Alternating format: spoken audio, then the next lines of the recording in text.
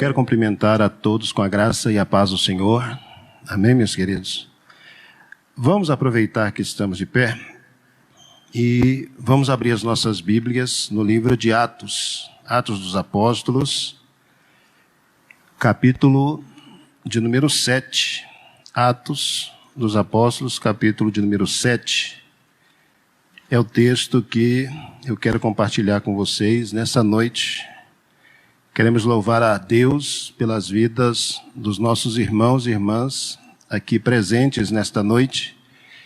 Queremos louvar a Deus também pela vida daqueles que estão nas suas casas, cumprindo a ordem do isolamento social e que não podem estar presentes conosco aqui nesse momento, mas que certamente estão lá nas suas casas com a mesma fé, com a mesma disposição de coração, louvando e bendizendo ao mesmo Deus. E nós temos convicção absoluta que o Senhor está te enxergando aí onde você está, que Ele está olhando para a sua dor, para a sua angústia, para a sua necessidade, e que da mesma forma que Ele já falou com você durante as outras vezes em que Deus levantou homens e mulheres para estarem aqui ministrando a palavra, Deus tem mais uma vez uma palavra ao seu coração. Então, os nossos irmãos que estão aí nos seus respectivos lares, Deus abençoe vocês, que a graça do Senhor possa alcançá-los aí em seus lares e que realmente vocês possam ser abençoados ricamente. Capítulo de número 7 do livro de Atos dos Apóstolos, eu quero ler com vocês a partir do verso 1 a seguir.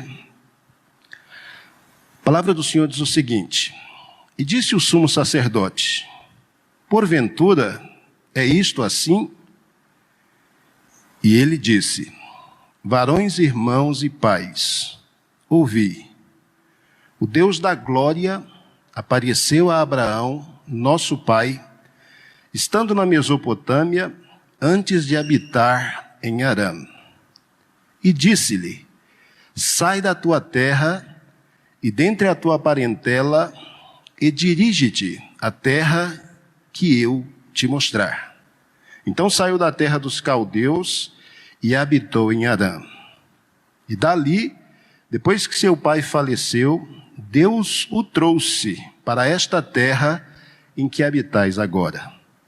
E não lhe deu nela herança, nem ainda o espaço de um pé, mas prometeu que lhe daria a posse dela e depois dele a sua descendência, não tendo ele filho. E falou Deus assim, que a sua descendência seria peregrina em terra alheia e a sujeitariam à escravidão e a maltratariam por 400 anos. E eu julgarei a nação que os tiver escravizado, disse Deus. E depois disso sairão e me servirão neste lugar. E deu-lhe o pacto da circuncisão, e assim gerou a Isaque, e o circuncidou ao 8º dia.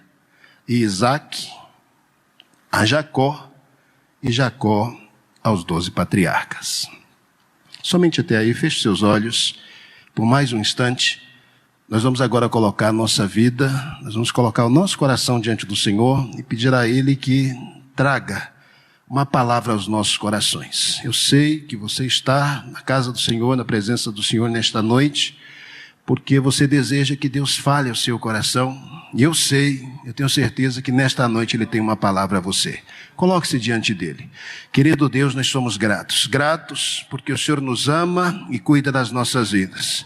Gratos pela Tua bondade, gratos pela misericórdia que mais uma manhã se renovou sobre as nossas vidas. Obrigado, Senhor, por estes preciosos irmãos e irmãs aqui presentes nesta noite. Obrigado, Paizinho Celestial, por aqueles que mesmo não estando presentes aqui, eles nos acompanham lá de seus respectivos lares. Deus, eu quero agora levantar a minha mão e ministrar uma bênção muito especial sobre cada uma dessas vidas. O Senhor conhece os seus anseios, conhece as suas necessidades, conhece as suas angústias, que o Senhor possa poderosamente visitar e alcançar cada uma destas vidas, trazendo alívio, trazendo cura, trazendo libertação, trazendo livramento, falando, Deus, poderosamente, profundamente nos corações destes irmãos e irmãs que agora estão prontos para ouvir a tua voz. Fala, Senhor, fala que os teus servos ouvem. Que o Senhor possa me usar de acordo com o teu querer, com a tua vontade. E que as vidas aqui presentes, ó Deus, e que as vidas lá nos seus lares possam receber a tua palavra e junto com a tua palavra receber a tua bênção, para a glória e para a honra do nome de Jesus somente. Amém, amém, amém. Amém. Que Deus abençoe os irmãos. Irmãs, podem se assentar em nome do Senhor Jesus. Eu fiz uma leitura com vocês aqui do capítulo 7 do livro de Atos. Se você prestou atenção, nós estamos aqui no capítulo 7, na metade de um evento, de um relato. Esse relato começa no capítulo 6. A igreja está crescendo e Deus tem abençoado poderosamente essa igreja, poderosamente essa comunidade. E à medida que a igreja cresce, ela começa a enfrentar algumas dificuldades, particularmente naquilo que dizia respeito à assistência às pessoas mais necessitadas, de maneira que já no início da igreja a gente começa a perceber alguma atitude de deferência ou de preferência em relação a uns em detrimento de outros. E o contexto maior é viúva de grego que está sendo desprezado, que está sendo colocado em segundo plano, quando uma viúva de um judeu precisa de auxílio, precisa de ajuda. Então, quando a igreja percebe que alguma situação de mal-estar surge no seio dela, imediatamente eles recorrem aos apóstolos, pedindo a eles que dê algum norte, que dê uma direção, que resolva aquela situação já no seu início, já no seu primeiro momento. E a resposta que os apóstolos dão é, de fato, uma resposta que veio do alto. Vocês estão passando por necessidades, a igreja está enfrentando situação de desconforto, ela precisa ser tratada, precisa ser auxiliada, mas os apóstolos entenderam que eles tinham um papel, eles tinham uma missão. Deus nos chamou para a oração e para o ministério da palavra. É nesse lugar que nós precisamos estar, é nesse lugar que nós vamos cumprir o nosso papel. Mas percebendo a importância da causa que os irmãos haviam levado até eles, eles dão então uma resposta que certamente veio da parte de Deus. E os outros capítulos, depois do capítulo 6 por diante, demonstram isso com muita clareza. Os apóstolos se reúnem e assumem que é necessário separar um grupo de pessoas que possam ser encarregadas de tratar especificamente dessa questão social que a igreja estava enfrentando no momento. Essas pessoas, por primeira vez aqui, são chamados de diáconos. Diáconos, a palavra diácono vem exatamente desse termo grego diáconos, que significa servo, aquele que serve e que geralmente serve com boa vontade, serve com liberalidade, serve com o coração aberto. Então os apóstolos entenderam que era necessário separar pessoas que tivessem esse perfil de serviço liberal, de serviço voluntário. Escolheram 7 dentre várias opções que haviam ali, e as características eram muito claras. Tem que ser gente de fé, tem que ser gente cheia do Espírito Santo, tem que ser pessoa que tenha um caráter ilibado, uma pessoa que realmente dê um bom testemunho, uma pessoa que realmente demonstre ter uma relação saudável com Deus, porque só esse tipo de gente, só esse tipo de pessoa está habilitada a desempenhar um ministério tão importante, tão fundamental como esse, que é o ministério da diaconia, ou que é o ministério do serviço. Serviço, quando a gente pensa Paulo tratando dons espirituais em diferentes lugares do Novo Testamento, num dado momento Paulo vai dizer que entre os dons que o Espírito concede à igreja, além dos dons chamados extraordinários, existem alguns que as pessoas às vezes designam como dons ordinários. E ordinário porque aparentemente não tem nada de sobrenatural neles, e o serviço ele é listado entre esses dons ordinários.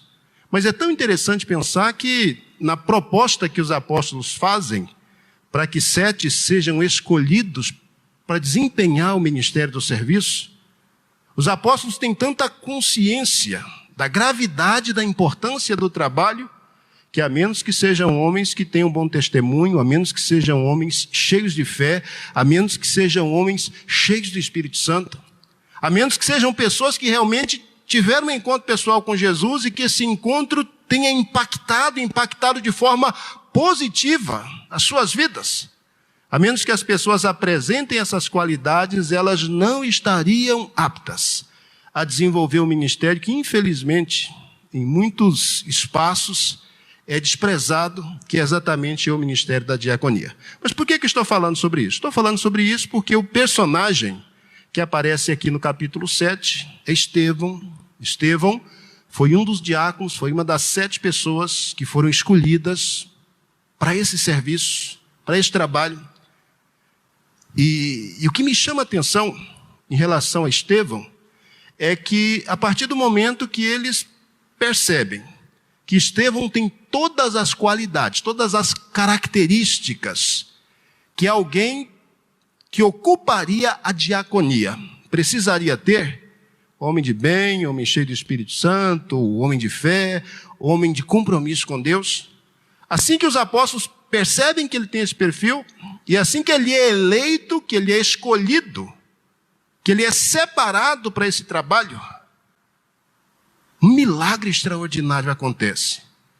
A Bíblia diz que aquele que foi chamado aparentemente para uma função tão simples, que era a função de distribuir, que era a função de auxiliar numa necessidade específica que a igreja tinha naquele momento, que era uma necessidade social, de um momento para o outro, a Bíblia apresenta esse diácono, esse rapaz, diante de doutores da lei, diante de autoridades, de sábios do seu tempo, da sua época,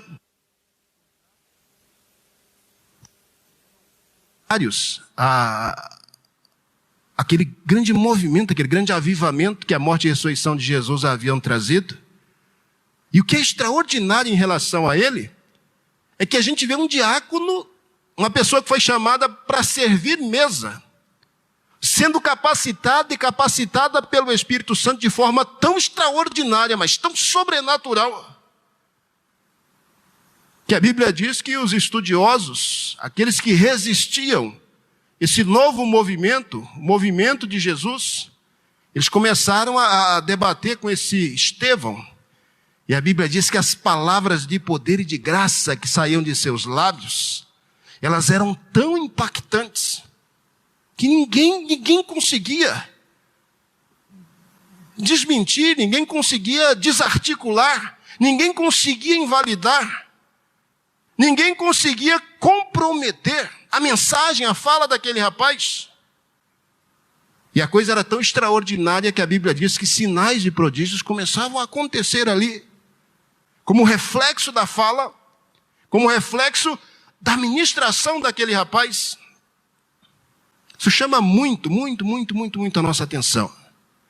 Nós já dissemos isso, o pastor já disse, a pastora Wanda, Léo, o pastor Antônio, em diferentes momentos, em diferentes lugares, a igreja tem enfatizado a importância de nós termos corações servis.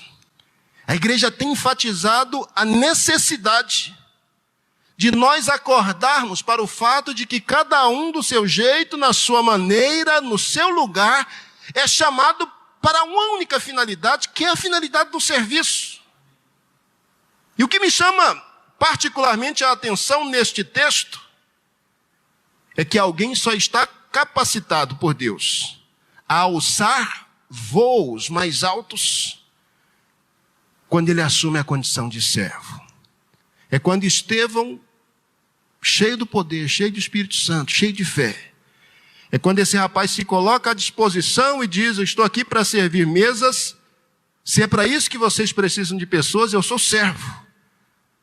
O que é extraordinário é que a partir do momento que esse rapaz se coloca nessa posição, Deus o eleva de modo sobrenatural, Deus o capacita extraordinariamente, Deus começa a fazer sinais, prodígios e maravilhas através desse rapaz. E o impacto que esse diácono causa naquela comunidade ali é um impacto tão positivo para Jesus, porque certamente ele chamou a atenção de muitas pessoas para Cristo, mas foi um impacto tão negativo para o reino das trevas, que quando seus adversários viram que debatendo, dialogando, já não era possível mais calar aquele rapaz, os judeus fizeram aquilo que sabiam fazer bem naquele tempo, naquela época, subornaram algumas pessoas ali, falsas testemunhas, para dizer que Estevão havia blasfemado contra Moisés, para dizer que Estevão havia apresentado uma mensagem a respeito de Jesus, que denegria a pessoa de Moisés, que denegria a religião do povo. E é por causa desse falso testemunho é que Estevão está sendo inquirido nesse momento. Capítulo 7, versículo 1, é o momento em que Estevão é levado diante de um tribunal para ser julgado pela falsa acusação de estar anunciando um Jesus que de alguma forma desautoriza Moisés, por estar anunciando um Jesus que de alguma maneira vai contra a lei, vai contra os costumes da religião. E o que a gente tem no versículo 7, no capítulo 7, no versículo 1, exatamente a pergunta que o sumo sacerdote faz a ele. Estevão sabia a posição em que ele se encontrava naquele momento. Ele estava diante de um tribunal que tinha, em determinadas instâncias, particularmente se a acusação estivesse vinculada à blasfêmia, que tinha poder, que tinha autoridade, inclusive, para decretar a morte do indivíduo. Ele havia vivenciado há não muito tempo uma situação em que o próprio Jesus havia passado por uma condição daquelas. Falsos testemunhos haviam se levantado contra Jesus. Seu mestre havia sido julgado, seu mestre havia sido condenado injustamente. Seu mestre havia morrido na cruz. E de repente nós temos Estevão diante do tribunal.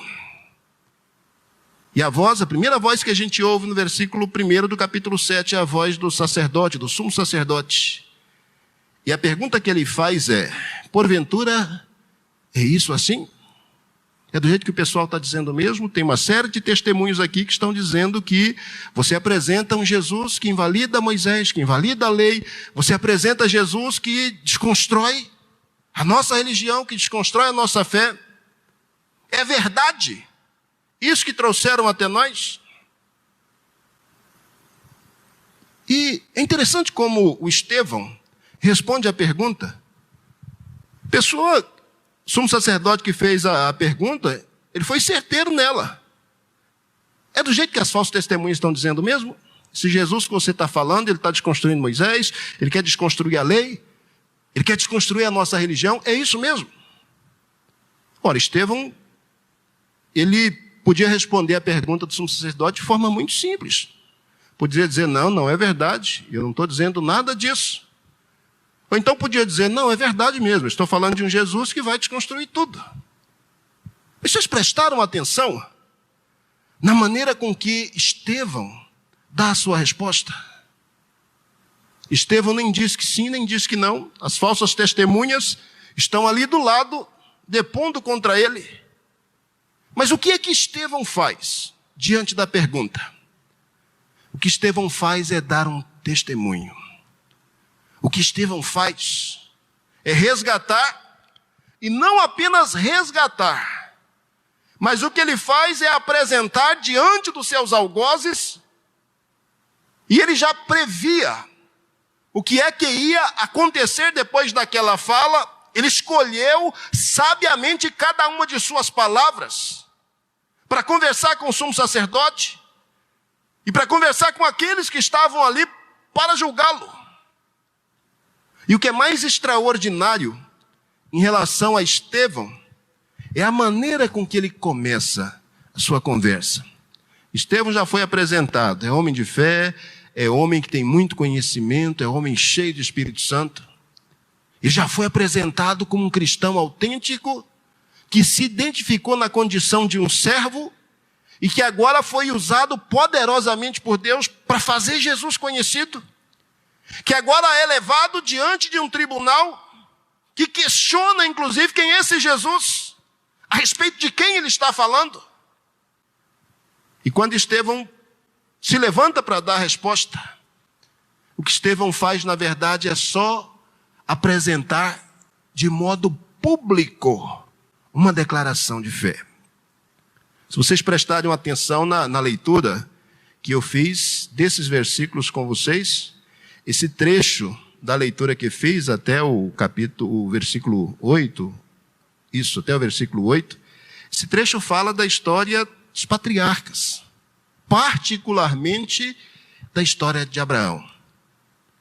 Estevão, diante da pergunta, quem é esse Jesus? Esse Jesus quer desconstruir tudo mesmo? Que conversa é essa? Estevão começa dando um testemunho a respeito de alguém, a respeito de Abraão. Ele começa dizendo: varões, irmãos, meus pais, ouçam o que eu tenho a dizer a vocês. O Deus da glória apareceu a Abraão. A coisa mais extraordinária que a gente tem aqui, nessa fala inicial do nosso irmão Estevão, é a convicção, é a consciência clara que ele tem da fé que ele professa. Ele está ali porque está sendo questionado a respeito da fé que professa. Mas o que é extraordinário aqui é que ele mostra que ele conhece, ele sabe aonde é que a sua fé está enraizada. Ele conhece os fundamentos da sua fé. O Deus da glória apareceu a Abraão. Essa talvez seja, dentre todos os relatos que nós temos na Escritura, uma das declarações mais lindas que nós temos a respeito da boa vontade de Deus de se mostrar a alguém, de se revelar a alguém, de estabelecer um pacto, de estabelecer uma aliança, de se mostrar pessoalmente, de decidir trilhar uma caminhada com o ser humano. Eu fico pensando em Abraão. Abraão é uma pessoa, um personagem na Bíblia que sempre me traz impactos assim muito positivos. Eu não canso de ler e de reler a história dele, de falar a respeito dela.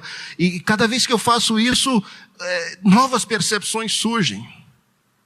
Eu me lembro que essa semana nós estávamos numa aula à distância. As situações mudaram, né? As faculdades agora precisam funcionar a partir dessa nova realidade. E nós estávamos falando sobre a teologia bíblica do Pentateuco, e particularmente do livro de Gênesis.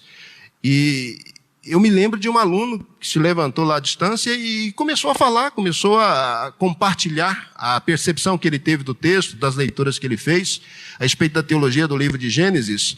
E ele disse assim com a boca cheia: pastor, eu já li tanta história de Abraão e tal, mas eu li a história dele de novo, e eu fico assim, encantado de perceber como esse homem foi capaz de acreditar em Deus, como esse homem foi capaz de se entregar a Deus, como esse homem foi capaz de caminhar com Deus, como ele foi capaz de dar a Deus aquilo que ele tinha de mais precioso, que era o seu filho, se Deus assim o quisesse.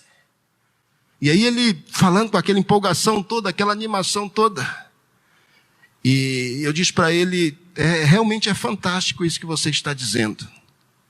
Mas se a gente pudesse avaliar um pouquinho o contexto no qual Abraão vive, aí nós íamos perceber que, por mais que nós nos impressionemos com o testemunho dele, isso ainda é muito pouco, gente. É muito pouco. O impacto que Abraão deixa nesse processo de revelação pessoal do Deus vivo, cujo impacto nós recebemos hoje, nós conhecemos a Deus hoje, nós temos uma experiência pessoal com Ele. O impacto da pessoa de Abraão para isso é uma coisa inimaginável para nós. Tão sério isso, que se a gente quisesse pensar a importância dele, nós diríamos que a Bíblia conta do Gênesis 1 ao Gênesis 11. A história da humanidade, Deus criou, Deus fez e Deus desfez. E depois a gente tem do Gênesis 12 até o Apocalipse a história de Abraão. Do Gênesis 12 até o livro do Apocalipse, que revela o final da história, a consumação de todas as coisas. Do Gênesis 12 até o Apocalipse, nós temos um desenrolar, um desenvolver de um processo, de um plano salvador de Deus, de um plano que ele vai revelar pouco a pouco, até que o Apocalipse finalmente fecha isso. Nós temos esse processo revelacional acontecendo na história. E aqui e ali a gente tem Abrão como uma espécie de fio, como uma espécie de coluna vertebral, a partir da qual Deus vai tecendo toda essa revelação. Quando o Estevão se levanta e diz para os varões, irmãos, para os pais, para as pessoas que estão ali, os seus algozes, o Deus da glória apareceu a Abraão. O que em outras palavras ele está dizendo é: eu conheço muito bem onde a minha fé está fundamentada. E a fé dele não estava fundamentada em Abraão, não é isso que ele está dizendo. Ele não está dizendo, Abraão foi o meu Deus. Não! Ele só está dizendo, eu sou fruto, eu sou reflexo de uma promessa que Deus fez a alguém lá atrás. A minha vida, o que eu sou, o que eu tenho, o que eu recebi, o que eu testemunho nessa hora, é nada mais, nada menos do que o reflexo de uma promessa que Deus fez lá atrás para alguém, para Abraão. E é extraordinário isso. É Deus quem aparece a Abraão. Não é Abraão que vai atrás de Deus. Não é Abraão que ora, que jejua, que vai nos vales e nas cavernas e nas montanhas em busca de um Deus que se revele a ele. Não, não, não, não. É Deus quem vai a Abraão. Estevão traz para a gente detalhes, inclusive, que nem o Gênesis 12 traz. Gênesis 12, quando começa a contar a história de Abraão, conta a história dele a partir de um segundo momento dela, quando Deus o chama de Harã, onde ele se encontra, e de repente ele assume o compromisso de ir para a terra de Canaã. Estevão fala aqui de um outro momento na vida de Abraão. Abraão, que ele está chamando aqui, ele já está tratando do pai Abraão. Ele fala de um momento em que ele ainda vivia na Mesopotâmia. Josué, no último capítulo do seu livro, diz isso. Que os pais de Abraão eram mesopotâmicos, que os pais de Abraão adoravam deuses estranhos. Não há relato nenhum na Escritura que nos diga que Abraão, antes do seu conhecimento de Deus, que Abraão, antes da sua experiência pessoal com Deus, que ele tivesse algum tipo de experiência com ele, ou que ele tivesse algum tipo de vida que fosse agradável a Deus, a ponto de Deus olhar para ele e dizer, eu quero essa pessoa para mim. Pelo contrário, Abraão é simplesmente mais um que recebeu uma herança, como outros receberam. Ele é descendente de Noé, não há dúvida, e ele, como outros, também receberam a herança. O legado que Noé e a sua família deixou para a posteridade. Mas o que muda, e muda radicalmente a vida de Abraão, é exatamente o fato de que Deus decide ir a ele, Deus decide se revelar a ele, Deus decide se mostrar a ele. É um novo momento na história da humanidade. Esse é o marco zero da história da revelação divina, do período pós-diluviano. No período antes do dilúvio, a manifestação de Deus era uma manifestação plena. Se manifestou a Adão, se manifestou a Sete, se manifestou a Enoque, se manifestou ao próprio Caim, conversou com ele, se manifestou depois a Noé. Agora, do Gênesis 12 por diante, Deus começa uma nova maneira. Deus decide traçar um novo caminho, onde ele vai se revelar pessoalmente, onde ele vai estabelecer uma relação pessoal, uma relação salvífica com o indivíduo, que vai ser responsabilizado por ele. Vai ser responsabilizado de interpretar essa experiência e de fazer com que essa experiência depois se torne um legado. Legado. Legado. Eu fico pensando nisso, no poder que o legado tem. Nossa vida é tão curta, não é? Passa tão depressa, mas tão depressa. A minha vozinha sofreu um acidente essa semana, eu quebrei as regras e estive lá hoje para visitá-la. Caiu já com quase 90 anos e machucou o rosto e tal. E enquanto ela estava lá na cama e falando das dores e dos sofrimentos do envelhecimento, eu estava sentado lá escutando e pensando como a vida passa depressa. Ela está com quase 90, eu já estou com 50, se eu viver mais 40. daqui a 40 eu me vi numa situação semelhante àquela. Se eu chegar por lá, né? A vida, gente, passa um piscar de olhos. E eu fiquei pensando, nós estamos vivendo, o relógio está passando, a vida está passando. Nós não estamos aqui por acaso.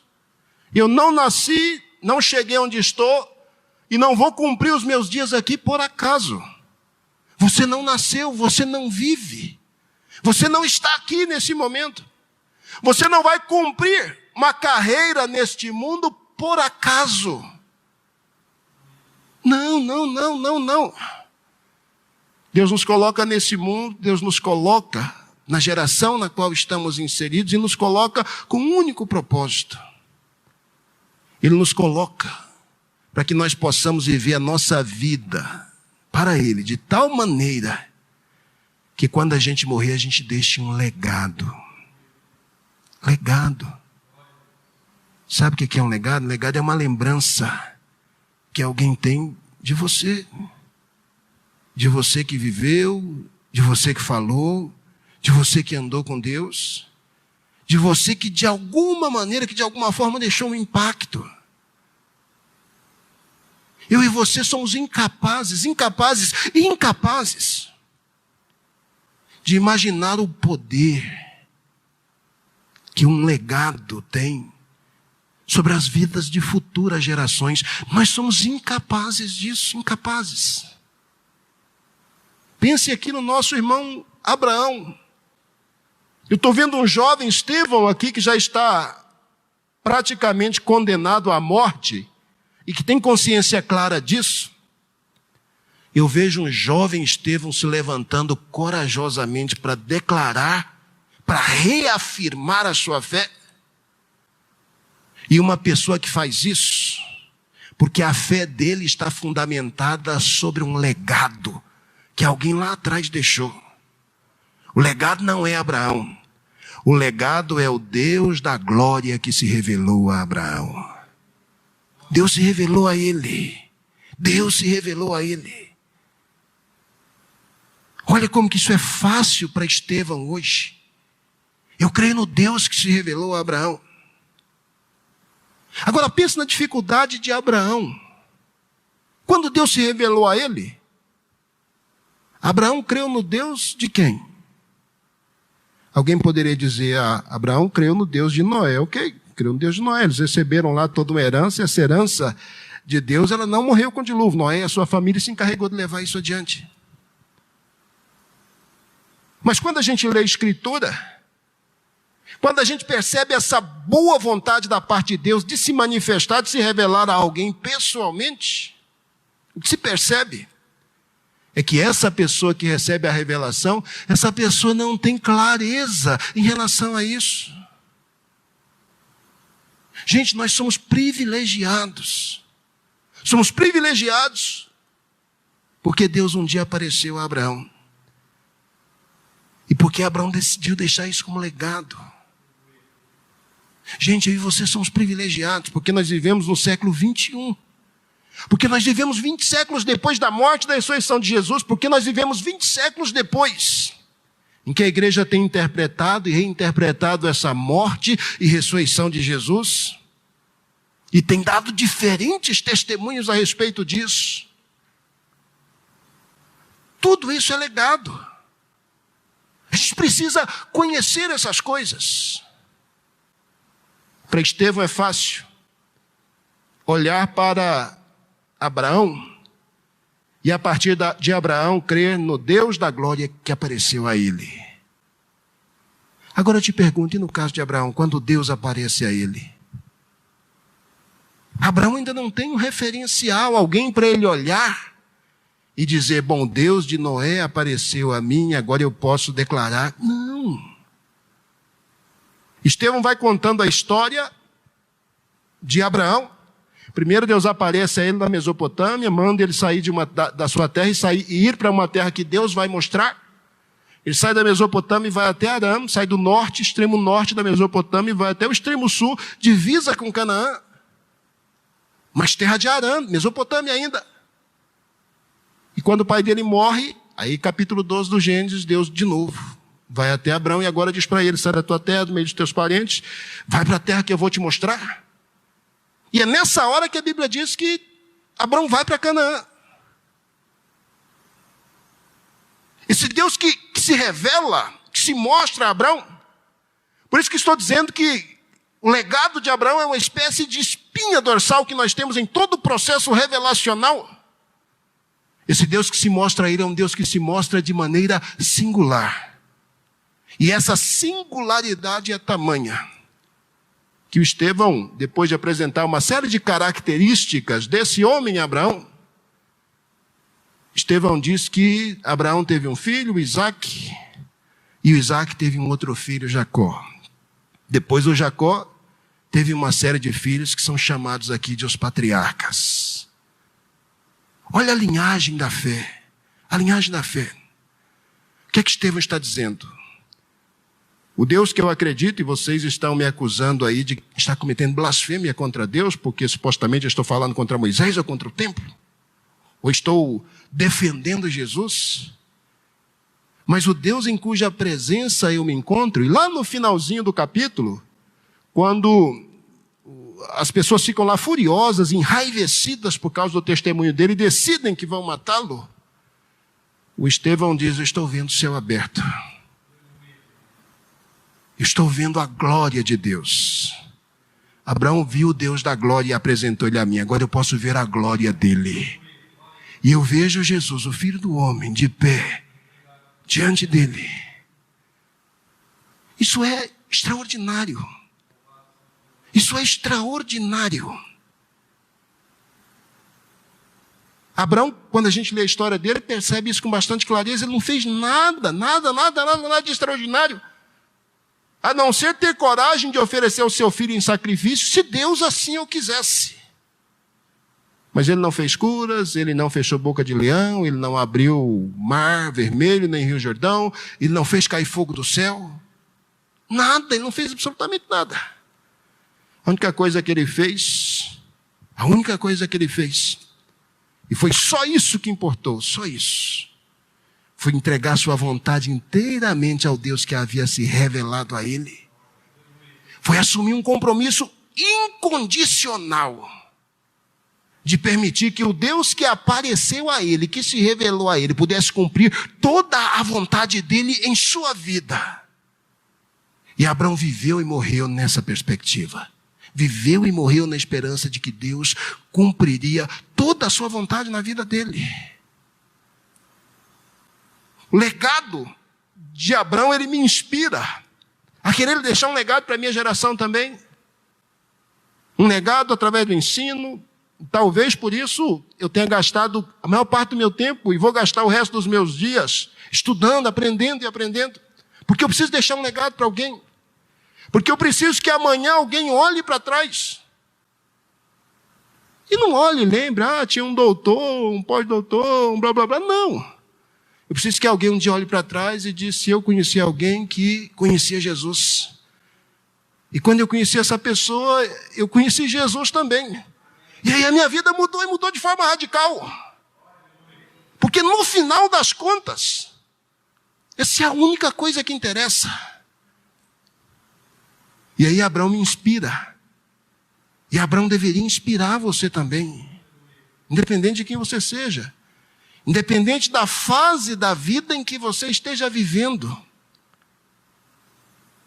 O Gênesis 12 vai dizer que quando Deus chamou Abraão de novo e disse: vai para a terra de Canaã, e mostrou para ele o caminho, Abraão tinha 75 anos de idade. Uma época em que as pessoas já foram aposentadas, né? Aposentadoria compulsória. Você não quis se aposentar enquanto pôde, nós estamos obrigando você a se aposentar porque você já não tem serventia mais. Num período da vida como esse, Deus chama um homem e diz: eu vou mudar a história do mundo através da sua vida. Ora, mas que vida? A vida já passou. Os meus melhores dias já se foram. O melhor da minha força já se foi. O melhor do meu brilhantismo já ficou para trás. Mas Deus disse, só tem uma coisa que eu quero de você, eu quero o melhor de você, eu quero disposição para obedecer fielmente à minha voz, à minha palavra. Só isso, só isso. Quando Deus decide contar os seus segredos a Abraão e dizer que vai destruir Sodoma e Gomorra por causa de seus pecados, o argumento que Deus usa é esse. Eu vou compartilhar com Abraão aquilo que eu vou fazer porque eu conheço o coração dele. Eu sei que ele me teme, que ele é fiel e que ele vai ensinar os seus filhos e a sua geração a me temer, a me honrar. Eu sei com quem eu estou trabalhando. Abraão deixa um legado importante na história de Israel, e não só na história de Israel, mas na história do processo de revelação de Deus para a humanidade. Simplesmente, pura e simplesmente, porque Abraão se colocou diante do Deus que se revelou a ele e disse, Deus, a minha vida é tua, o Senhor pode conduzi-la como o Senhor bem desejar. Eu quero simplesmente cumprir o seu propósito. Abraão cometeu erros? Claro que cometeu. Eu não vou compartilhar com você aqui a vida dele, porque todo mundo conhece muito bem a história dele. Mas o que me impacta, enquanto Estevão dá o testemunho da fé, é a segurança que Estevão tem de falar do Deus que se revela a Abraão, depois de dizer que Abraão gera Isaac, Isaac gera Jacó, Jacó gera os patriarcas, e a partir disso, o Deus dos patriarcas, ele é conhecido na Escritura como o Deus de Abraão, o Deus de Isaac, o Deus de Jacó. Não é o Deus de Noé, o Deus de Abraão e o Deus de Isaac. É o Deus de Abraão, é o Deus que apareceu a Abraão, é o Deus que revelou a sua glória a Abraão, é o Deus que graciosamente, que misericordiosamente se manifestou e se manifestou pessoalmente a ele. O Deus de Abraão, Deus de Isaac. Olha como para Isaac é mais fácil, gente. Eu vou orar a quem? Eu vou orar ao Deus do meu pai Abraão, o Deus que apareceu ao meu pai Abraão. Olha como que para Jacó é fácil, gente. Eu vou orar a quem? Deus se revela a ele. Deus diz, eu sou o Deus de seu pai e sou o Deus de seu avô. Eu sou o Deus de Abraão e sou o Deus de Isaac. Então Jacó tem referência. Se ele é o Deus de Abraão e o Deus de Isaac, eu conheço o Deus do meu avô, sei quem é o Deus do meu pai, é o meu Deus esse. Quando ele morre, e os patriarcas começam a constituir aquilo que nós conhecemos depois como Israel, a referência de Deus para Israel é o Deus de Abraão, é o Deus de Isaac, é o Deus de Jacó. Quando Moisés é chamado, e Deus se revela a Moisés, esse Deus que se revela a Moisés, ele diz, eu sou o Deus que se revelou aos pais de vocês. Estou dando a você, Moisés, o meu nome pessoal. É a partir desse nome que nós vamos nos relacionar agora. Eu vou estreitar muito essa relação com vocês. Mas com esse novo nome que eu estou te dando, eu ainda não havia me revelado. Aos pais de vocês, a Abraão, a Isaac e a Jacó, eu me revelei como El Shaddai, como Todo-Poderoso. É fácil para Moisés orar, para abrir mar, porque ele pode orar para o Deus de Abraão, de Isaac e de Jacó. É fácil para Elias orar e pedir para cair fogo do céu, porque Elias pode orar para o Deus de Abraão, o Deus de Isaac e o Deus de Jacó. É fácil para Daniel orar e fazer com que leões famintos durmam lá num cantinho como se fossem gatos. Daniel conhece o Deus de Abraão, de Isaac e de Jacó. Há um legado. E a importância de Abraão é tão extraordinária que já na promessa do capítulo 12, Deus deixou claro, a sua descendência, e depois Paulo vai interpretar isso de forma mais clara, aplicando à pessoa de Jesus, a sua descendência, o seu descendente, ele vai abençoar todas as nações da terra. Eu vou repetir uma coisa para você, presta atenção. A sua vida é curta demais, demais. Que fase da vida você está? Estou com 13 anos, 15 anos, ai que maravilha. Beleza. Mas isso passa, ó, assim. Ah não, eu já estou com 70 e estou quase... Ok. A nossa vida passa depressa demais. Mas o que impacta em Abraão é que ele recebeu uma promessa, a promessa foi promessa grandiosa. Eu vou abençoar você.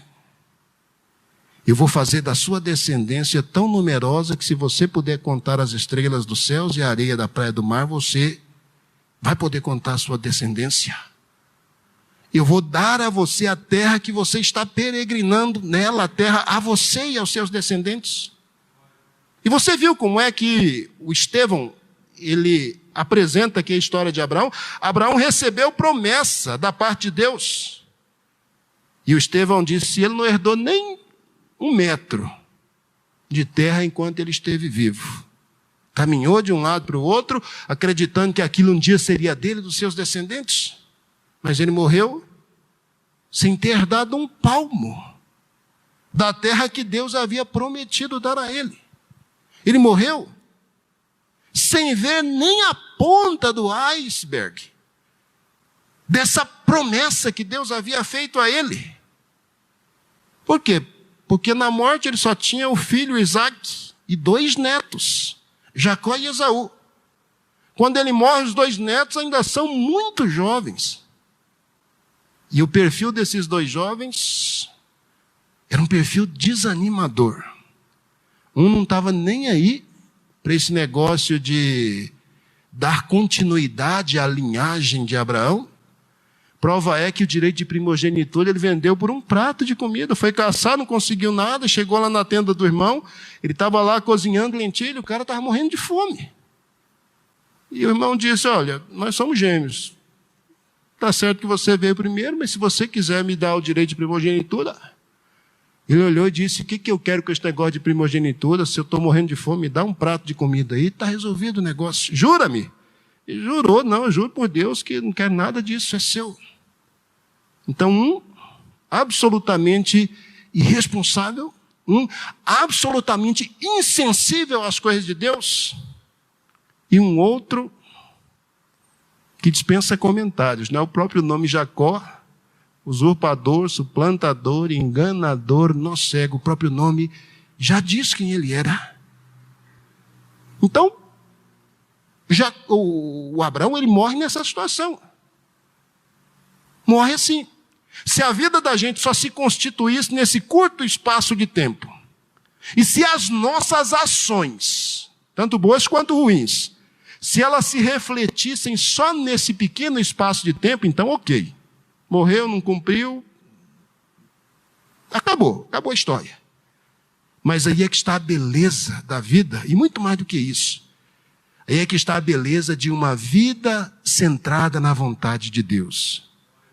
O Abraão viveu e morreu e não viu o cumprimento da promessa enquanto estava aqui. Hoje, lá no céu, todo dia, toda hora, chega alguém lá e o Senhor diz aí, eu não falei para você que o negócio ia ser como estrelas do céu e como a areia do mar? Abraão está vivo, né? Jesus disse isso, Deus é Deus de vivos. Você deu conta de contar os que já chegaram aí? Não. Mas ainda tem uma multidão lá embaixo que está ansiosa para chegar por aqui. Pensa no que é que você quer deixar para a posteridade. Viver o momento é bom, a gente precisa viver o momento, mas a gente tem que viver o momento com o olho na eternidade. A gente tem que viver o momento e tem que pensar o que é que eu quero deixar para continuar depois que eu me for. Lembra lá de Caim e de Abel? Caim matou o seu irmão e onde é que está o seu irmão Abel? Eu sou o guardador dele. O que é que Deus diz? O sangue do seu irmão clama desde a terra. É possível que eu morra e que você morra, não sei, que outras gerações venham. A vinda do Senhor pode acontecer a qualquer momento, a qualquer instante, não é? De repente ele vem hoje, de repente ele vem amanhã, de repente ele vem daqui a 20 anos, de repente ele vem daqui a 100 anos. E aí eu fico pensando, se Deus vai poder olhar para mim e para você e vai poder dizer o legado que você deixou fala desde a terra, não é mesmo depois de morto. Pensa nisso. Isso é importante. Saber em quem nós temos crido. Conhecer. e reconhecer esse legado que foi deixado a nós, isso faz com que nós nos tornemos ousados e deixemos também um legado. Qual foi o legado que Estevão deixou diante do exemplo do seu pai Abraão? A sua própria vida. Foi condenado ali à morte, foi apedrejado. Enquanto estava sendo apedrejado, podia ter amaldiçoado todas aquelas pessoas. Que a maldição do alto caia sobre todos vocês, falsas testemunhas. O que é que Estevão fez? Ele simplesmente se coloca diante do Senhor e diz: Senhor Jesus, perdoa esse pessoal, eles não estão sabendo o que estão fazendo. Não imputa pecado sobre eles, não. Tenha piedade deles. Alcance essas pessoas. Os estudiosos da vida de Saulo, antes de se tornar Paulo, vão dizer que foi o legado de Estevão. Foi o testemunho de Estevão. O fato de ele ter morrido apedrejado, mas mesmo no momento de morte, ele ter feito a mesma coisa que o Senhor Jesus fez lá no Calvário. Os estudiosos da vida de Saulo de Tarso vão dizer que isso foi assim a gota d'água para que o Saulo, o fariseu, o religioso, fosse totalmente e absolutamente desestruturado. E a prova disso é que a gente realmente faz de modo cintuoso e geralmente nega aquilo que muito nos incomoda. Depois da morte de Estevão, o que a gente percebe é um Saulo furioso, sem mais nem menos, contra a igreja de Jesus, querendo acabar com a vida de todo mundo, querendo silenciar todo mundo, até o momento que ele tem um encontro pessoal com Jesus e que a vida dele muda e muda de forma radical. Estevão teve um ministério tão rápido, diácono alguns dias, pregador cheio do poder da unção, mais outros dias, e quando pensa que não está diante de um tribunal, talvez meses, quem sabe, meses de ministério, e finalmente é sentenciado à morte. Um rapaz desse poderia perguntar: que tipo de legado um homem como eu, um jovem como eu, com tão pouco tempo de ministério, pode deixar para a humanidade? Ele não sabia que Deus iria usá-lo para deixar o maior legado que a cristandade teve, que foi Saulo de Tarso. Saulo olhou para um homem daquele que deu testemunho do Deus que apareceu a Abraão, que Saulo conhecia bem. E Saulo deve ter pensado: não é possível, né? Não é possível que alguém seja capaz de morrer por nada. Isso mudou radicalmente a vida daquele homem. Você já pensou no que é que você vai deixar para a sua geração? Eu não estou falando só para os seus filhos, não. Negócio de eu vou deixar uma herança, uma casa para cada um carrinho. Não estou falando dessas bobagens, não. Isso é besteira. Isso é coisa que fica por aqui mesmo. Eu estou pensando num legado que você vai deixar para os seus conhecidos, para os desconhecidos, para alguém que daqui a 100 anos, a 200 anos, vai se lembrar do seu nome. Ah, mas eu vou ser famoso. Não estou falando de famoso, não. Estou falando de legado. John Wesley, quando morreu, ele jamais imaginou que eu estaria falando de John Wesley hoje. Lutero, quando morreu, jamais imaginou que eu estaria falando de Lutero hoje. Charles Spurgeon, quando morreu, jamais imaginou que eu estaria falando de Spurgeon hoje. Jamais imaginaram, jamais pensaram, jamais planejaram isso para as suas vidas. Simplesmente viveram e morreram. Mas eles entenderam que viver e morrer, sem deixar um legado para a posteridade, viver e morrer, sem deixar um impacto positivo para a próxima geração, é de fato perder a única oportunidade que Deus nos dá por aqui de sermos úteis e de alguma forma podemos expressar em plenitude essa imagem e semelhança dele que existe em cada um de nós. Eu quero convidar você a fechar os seus olhos e a pensar nisso. Pensa nisso. Você que é jovem, você que é adolescente, você que é adulto, você que é idoso, você que é muito idoso, você que acha que já fez tudo o que tinha que fazer na vida e que agora é só dormir e acordar e esperar o dia que a morte simplesmente bata aí na sua porta e te conduza para a eternidade. Escuta isso que eu estou lhe dizendo. Repense a sua vida. Pense num legado. Você tem que deixar alguma coisa. Sua vida, o seu testemunho, o seu exemplo, a sua fala, o seu amor, o seu conselho, seu sorriso, seu abraço, seu olhar. Você tem que deixar um legado. Alguém amanhã tem que olhar para trás e tem que dizer: eu encontrei um homem um dia Eu encontrei uma mulher um dia que conheceram Jesus e que andou com Jesus de tal maneira, de tal forma, que isso impactou definitivamente a minha vida. É só isso que Deus quer de você. Aonde você está, fazendo o que você faz. Você é pastor, você é médico, você é advogado, você é administrador de empresa, você é corredor, você é corretor, você é pedreiro. Não interessa, não interessa. Aonde você está, deixe seu legado. As próximas gerações vão se lembrar disso.